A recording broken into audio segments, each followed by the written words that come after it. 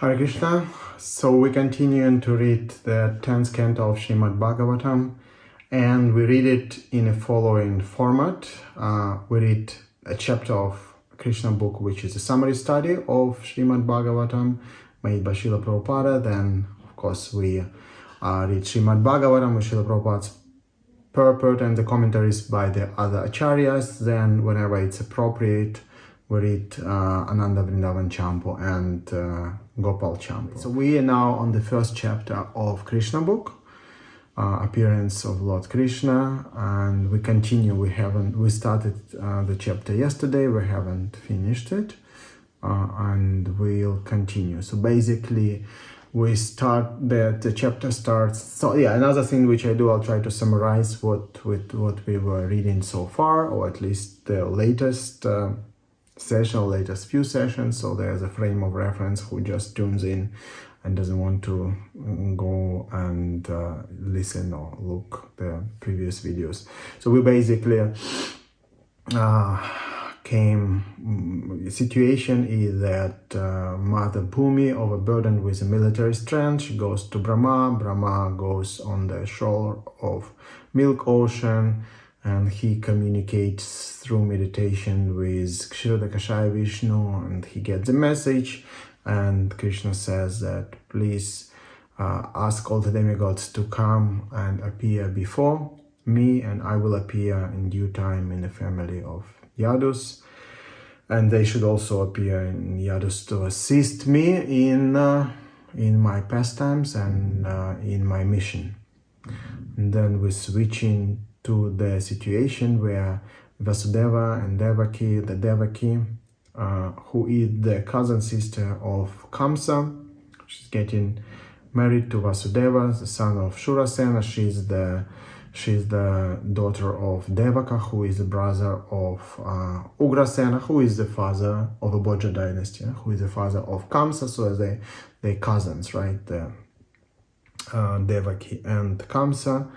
He's driving the chariot, then he hears the voice from the sky that the 8th child will kill you of your sister, and he doesn't think too much. He just grabs Devaki by the hair and about to chop off her head with his sword. Vasudeva starts speaking to him, and so we in the middle. He would employ different levels of persuasion. And he was reasoning that, that death is born as soon as you are born, why you should fear for death, and, the body is temporary, and,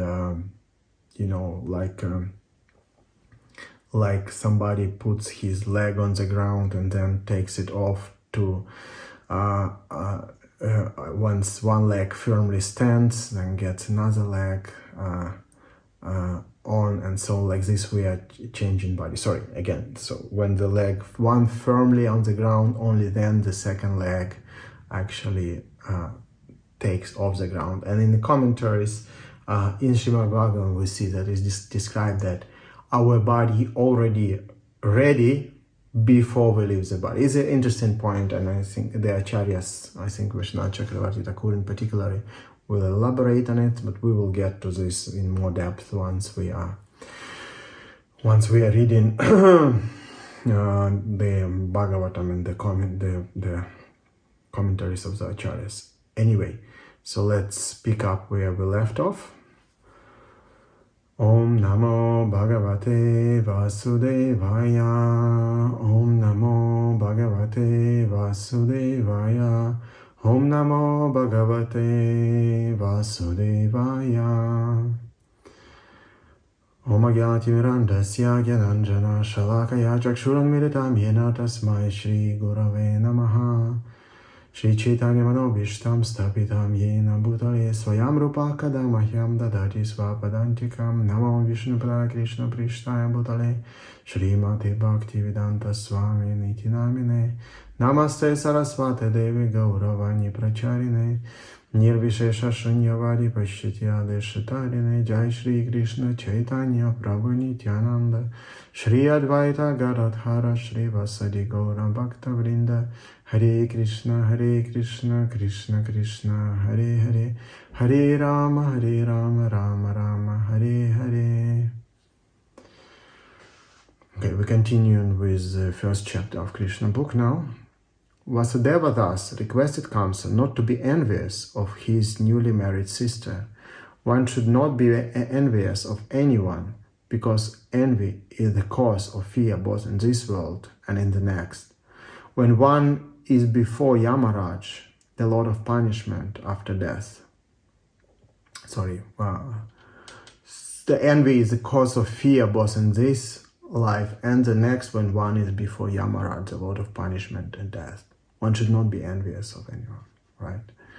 Vasudeva appeared to Kamsa on behalf of Devaki, stating that she was his younger sister. He also appealed at an auspicious moment at the time of marriage. A younger sister or brother is supposed to be protected as one's child. The position is overall so delicate, Vasudeva reasoned, that if you kill her, it will go against your high reputation. So first he was arguing that you're not this body. Now he said, your reputation will be ruined. She's your younger sister, and one should not be envious, because the envious suffers both in this life and the next. So Srila Prabhupada very often use enviousness in terms of being maliciously inclined, or, like inimical towards somebody. Whereas we commonly use the term envious to be jealous, right? Srila Prabhupada often use envious in terms of inimical. Anyway, so inimical with malice.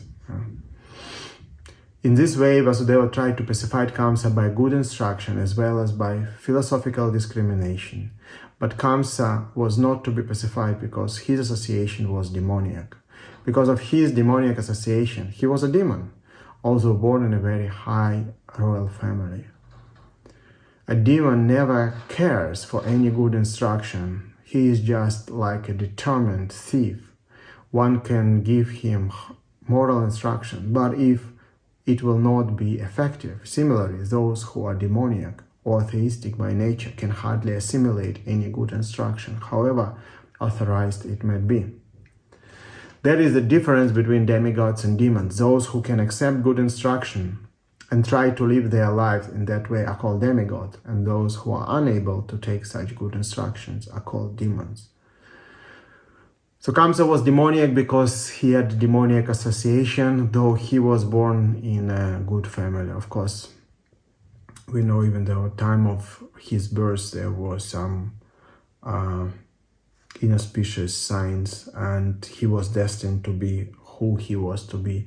In any case, externally, because he had demoniac association, he acquired those demoniac qualities, and he would not listen to neither philosophical argument nor good instruction. Failing his attempt to pacify Kamsa, Vasudeva wondered how he would protect his wife Devaki. When there's imminent danger, an intelligent person should try to avoid the dangerous position as far as possible. But if, in spite of endeavoring by all intelligence, one fails to avoid the dangerous position, there is no fault on his part. One should try his best to execute his duties, but if the attempt fails, he is not at fault. So it is said that if situation dangerous, you should try your best to avoid it. Again, Krishna helps those who help themselves.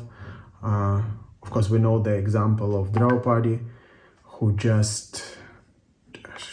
has chosen to fully surrender to Krishna, and though she started herself to pull on her sari when she was disrobed by Dushasana, but she saw that her attempts were futile, that the seniors in assembly would not protect her, and she understood that the only one who would protect her will be Krishna.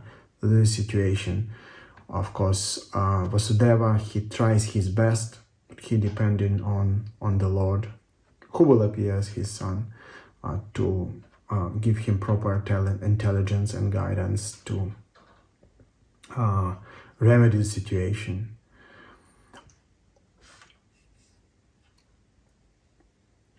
Vasudeva thought of his wife as follows: "For the present, let me save the life of Devaki. Later on, if they are children, I shall see how to save them." He further thought, "If in the future I get a child who can kill Kamsa, just as Kamsa is thinking, then both Devaki and child will be saved because the law of providence is inconceivable. But now, some way or other, let me save the life of Devaki." So we would see that he would save the life of Devaki, potentially promising or endangering the lives of his future children. But of course, if he would sacrifice the lives of Devaki now, obviously there would not be future children. So it was important to resolve the situation as it is now and save the life of his wife.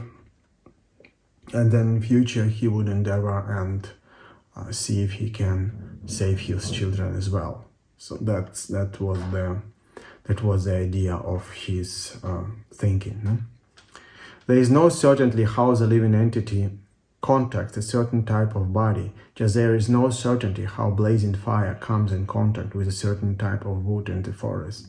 When there is a forest fire, it is experienced that the blazing fire sometimes leaps over one tree and catches another by the influence of the wind. Similarly, a living entity may be very careful in the matter of executing his duties, but it is still very difficult for him to know what type of body he is going to get in the next life. Maharaj Bharata was very faithfully executing the duties of self-realization, but by chance he developed temporary affection for a deer, and in his next life he had to accept the body of a deer. So it doesn't matter how careful one is, there's the hand of destiny, and just as the fire in the forest can overcome some trees and leave others standing, and then Maharaj Bharata, although he was very, very careful in execution of his duties, but by the will of providence and to show all of us a very, very specific lesson, he became attached to a deer, although he was on a high level of realization. Vasudeva, after deliberating on how to save his wife, began to speak to Kamsa with great respect, although Kamsa was the most sinful man. Sometimes it happened that most virtuous person like Vasudeva has to flatter a person like Kamsa, a most vicious person. That is the way of diplomatic transactions. Although Vasudeva was deeply aggrieved, he smiled outwardly.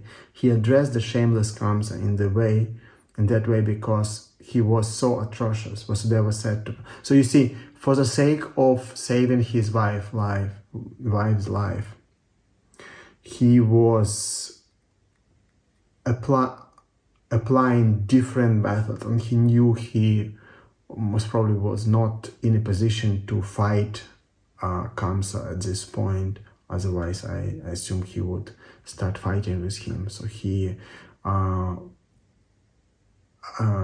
properly estimated the situation, and he took to diplomacy and spoke not out of false ego, not out of anger, but he thought, okay, what Kamsa would need to hear now. So sometimes we also need to think in a situation where we don't need to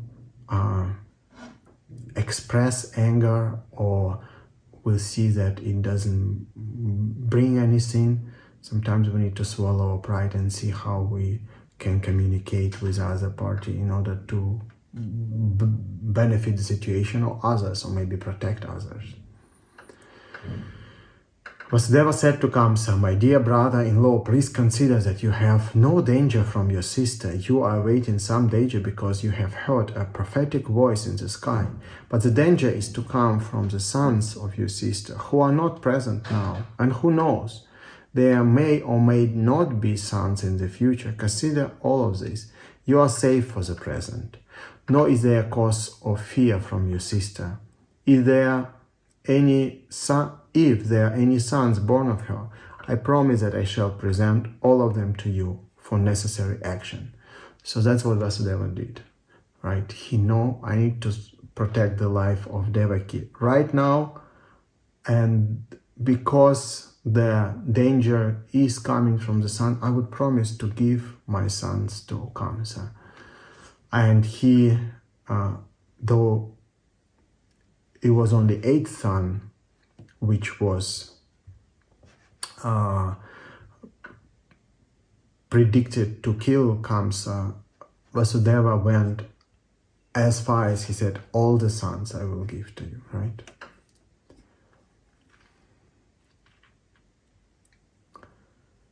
Kamsa knew the value of Vasudeva's word of honor, and he was convinced by his argument. For the time being, he desisted from heinous killing of his sister. Thus Vasudeva was pleased and praised the decision of Kamsa. In this way, he returned to his home. Each year thereafter, in due course of time, Devaki gave birth to a child. Thus she gave birth to eight male children, as well as one daughter. When the first son was born, Vasudeva kept his word of honor and immediately brought the child before Kamsa. It is said that Vasudeva was very much elevated and famous for his word of honor, and he wanted to maintain his fame. Although it was very painful for Vasudeva to hand over the newly born child, Kamsa was very glad to receive him. But he became a little compassionate with the behavior of Vasudeva. This event is very exemplary. For a great soul like Vasudeva, there is nothing considered to be painful in the course of discharging one's duty. A learned person like Vasudeva carries out his duties without hesitation. On the other hand, a demon like Kamsa never hesitates in committing any abominable action. It is said, therefore, that a saintly person can tolerate all kinds of miserable conditions of life. A learned man can discharge his duties without awaiting favorable circumstances. A heinous person, like Kamsa, can act in any sinful way, and a devotee can sacrifice everything to satisfy the Supreme Personality of Godhead. So, we don't know why, right? So there could be, for our mind, could be so many different solutions. Once Kamsa let Vasudeva go, Vasudeva could maybe try to assassinate Kamsa or escape the kingdom, or so many things which can be done. And we don't know why it was not done. But it was definitely the plan of Krishna. It has to be done as it was done. So looking for any other ways out was not in Krishna's plan. And we see also why the sons of Kamsa were killed. They were actually his own sons in previous life, but that all will be unfolded. And ultimately, Devaki would get them back. Krishna would bring them all back, and they will move on to the higher planets, to their original, not original spiritual position, but their original heavenly position. So to ask these questions, very difficult. Krishna's plan is in the first canto of Srimad Bhagavatam, when Bhishma is passing away on the battlefield of Kurukshetra, on the bed of arrows, he says this famous verse that the plans of Krishna is impossible to understand. Even the greatest learned scholars would be arguing about it for ages. They would still not be able to comprehend why Krishna does what he does. So we don't know why it was played out like this, and why, although we could find so many things in our mind that could be done and that could be done, but no, Vasudeva decided to promise to give all his children, not only the 8th child, and immediately when it was born and the child was born, he brought it to Kamsa. First, Kamsa didn't want to kill the child, but we'll see that he was induced to kill. by none other than Narada Muni, because Narada Muni sees the pastime, sees what's going on a different level. And although externally things can look gruesome, but on a deeper level, it's everybody involved benefits. Even I'm not sure. Kamsa also benefits, right? Because he was killed by Krishna, right? Ultimately, and we know anybody who is killed by Krishna is getting liberation. And of course, somebody who plays the role of a great demon confronting Krishna is not the role which is given to random person. Somebody is chosen to play this role, because this is all part of great display of Krishna's pastimes, and there's no random players in it. Anyway, we know that Kamsa shows up as Chandkazi in the pastimes of Lord Chaitanya, and then he becomes a Vaishnava. So that here we go, Anyway, Kamsa, satisfied by the action of Vasudeva, he was surprised to see Vasudeva keeping his promise and being compassionate upon him, and pleased, he began to speak as follows: "My dear Vasudeva, you need not present this child to me. I am not in danger from this child. I have heard that the 8th child born of you and Devaki will kill me. Why should I accept this child unnecessary? You can take him back." When Vasudeva was returning home with his firstborn child, although he was pleased by the behavior of Kamsa, he could not believe in him, because he knew that Kamsa was uncontrolled. An atheistic person cannot be firm in his word of honor, as Vasudeva was firm in his word of honor. Kamsa, he could promise whatever, and then at the next time he could just take it back, and that's what happened. One who cannot control the senses cannot be steady in his determination. The great politician Chanakya Pandit said, "Never put your trust in a diplomat or a woman. Those who are addicted to unrestricted sense gratification can never be truthful, nor can they be trusted with any faith." So this is kind of little controversial, right? Diplomat or woman. But women, of course, we have a lot of equality and this and that movements. And it is all mundane, of course, because ultimately the body is given to a soul according to the soul's desire, and each body comes with a set of senses and mind, intelligence, and female body has a certain things inbuilt. All physical things are obvious, right? Have different physical appearance than men. Nobody argues about it, right? It's not that they have to, men and women, they don't look the same, right? In many ways, but the mental body is also not the same, and you cannot equate it. It doesn't matter how much people argue about it. It's just not possible. Even in sports, no woman play against the man or fight against the man, because physical strength is unmatched. Generally, of course, one single woman can be more powerful than one single man, as a random single man. But as a species, men are generally more strong than women, and women can give birth to children and so on. So the mentality is also, for them to be truthful, is a little bit more difficult than for a man. So we know great examples of women, like let's say Gandhari, who just decided to be blind voluntarily because of her husband, and a lot of chaste women who would rather go and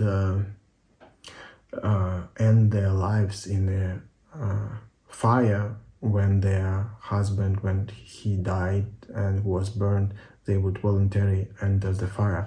Of course, later on it became terror, that the women would be forced and were burned against their will, and it is horrible, because stupid people don't understand the subtlety behind a certain act, and they just see the externals and decide to just push externals on to maintain culture, whatever it is. So it was highly misappropriated. In any case, that's what Chanakya says: never put your trust in a diplomat or woman, right? But women need to be protected, and in a situation again when Arjuna was fighting, he was saying one of the reasons he didn't want to fight, that if we kill all these men, women will become unprotected women are easily corrupted, then we will get unwanted population and the whole world will be ruined by this, And we see this happening again and again. Most of criminals grow out of in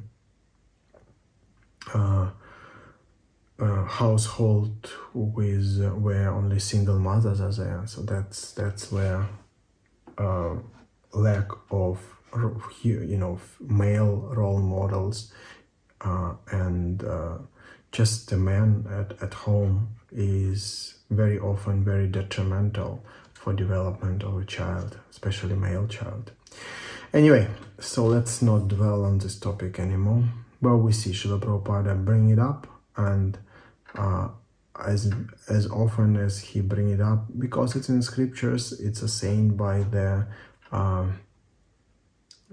great philosophers and Pandits like Chanakya Pandit, but in his life, Srila Prabhupada never exhibited any discrimination towards women. He was always very fatherly and very loving and protective, and that's what it is, such statements never has to be taken against somebody, right? It never should be used against women to exploit them or discriminate against them, but always somebody who in a position to give protection should give protection, never exploit.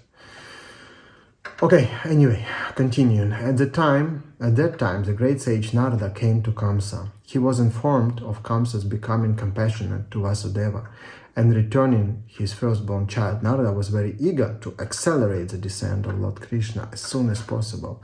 He therefore informed Kamsa that in Vrindavan, personalities like Nanda Maharaja and others, covered men and their wives, and on the other side, Vasudeva, his father Shurasena, and all his relatives born in the family of Vrishni, of the Yadu dynasty, along with all their friends and well-wishers, were actually demigods.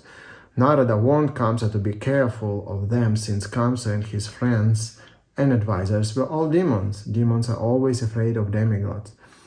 After being thus informed by Narada about the appearance of the demigods in different families, Kamsa at once became very much alarmed. He understood that since the demigods had already appeared, Lord Vishnu must be coming soon. He at once arrested both his brother-in-law, Vasudeva and Devaki, and put them behind prison bars. So not only he decided to kill the children, he was so afraid that at this time he didn't believe that Vasudeva would keep his word, so he decided to put them in prison and guard them and just make sure that no children are born without being killed, right? Within the prison, shackled in iron chains, and not only prison, so he could put them in prison and just like have a home arrest, so to say. But no, not only was prison, they were shackled in iron chains. Vasudeva Devaki gave birth to a male child year after year, and Kamsa, taking each of the babies to be incarnation of Vishnu, killed them one after another. He was particularly afraid of the eighth child, but after the visit of Narada, he came to the conclusion that any child might be Krishna. Therefore, it was better to kill all the babies who took birth from Devaki and Vasudeva. So we could see that Narada did something horrible, but again, Narada is there to speed up. So for the mundane mind, such things are unexplainable. Really, how you can explain it to somebody who doesn't have faith in Krishna? It's all just horrible. There's no excuse, no explanation. How a sage can advise something like this, but understanding who Krishna is, what material world is, what spiritual world is, understanding that there's always a plan and that the devotee of the Lord always acts for the pleasure of the Lord. And in this way, in this particular situation, Narada Muni was kind of speeding up. He wanted to speed up the plan of the Lord, and in this way to assist him. Then at least have some understanding of it, help us to accept such things. I'm not expecting that everybody would accept it, but this is the only way. This is the only way how we can understand it. That it was Krishna's desire, and everything what was happening was supposed to happen because there was plan behind it. Narada Muni just made sure that Krishna's plan was on track. That's it. This action of Kamsa is not very difficult to understand. So though understanding what Narada did is difficult, of course Kamsa's behavior is very easy to understand, him being a demon.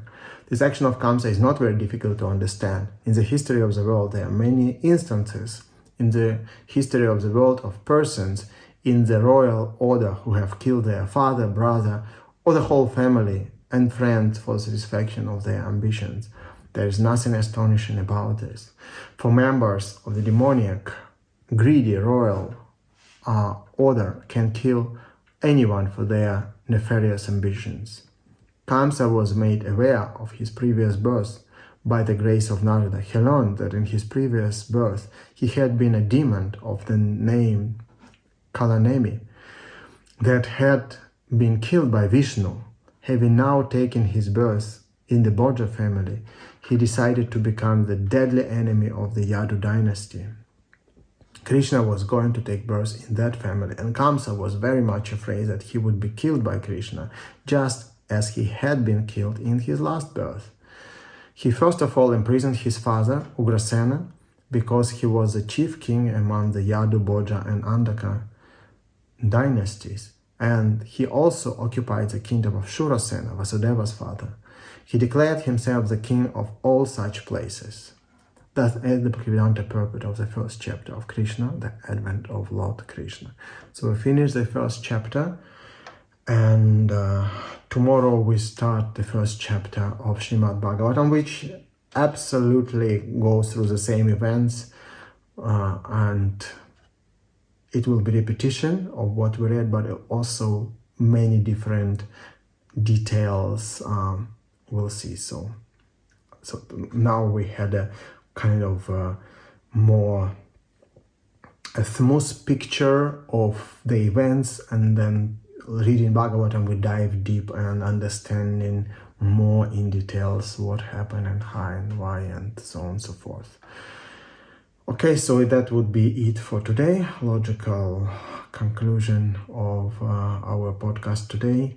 Again, if you like this content, please subscribe to the channel. We put in this type of videos every single day. So far so good. Let's see, we might be not able to do so, but so far so good. And please like the video and maybe share it with somebody who you think can benefit of just consuming Krishna Lila in such format, right? reading with some commentaries and then going deeper into each lila by reading from different acharyas and like that. Thank you very much. Grantharaj Srimad Bhagavatam ki jai, Srila Prabhupada ki jai, Nitai Gaura Premanande Hari Bol.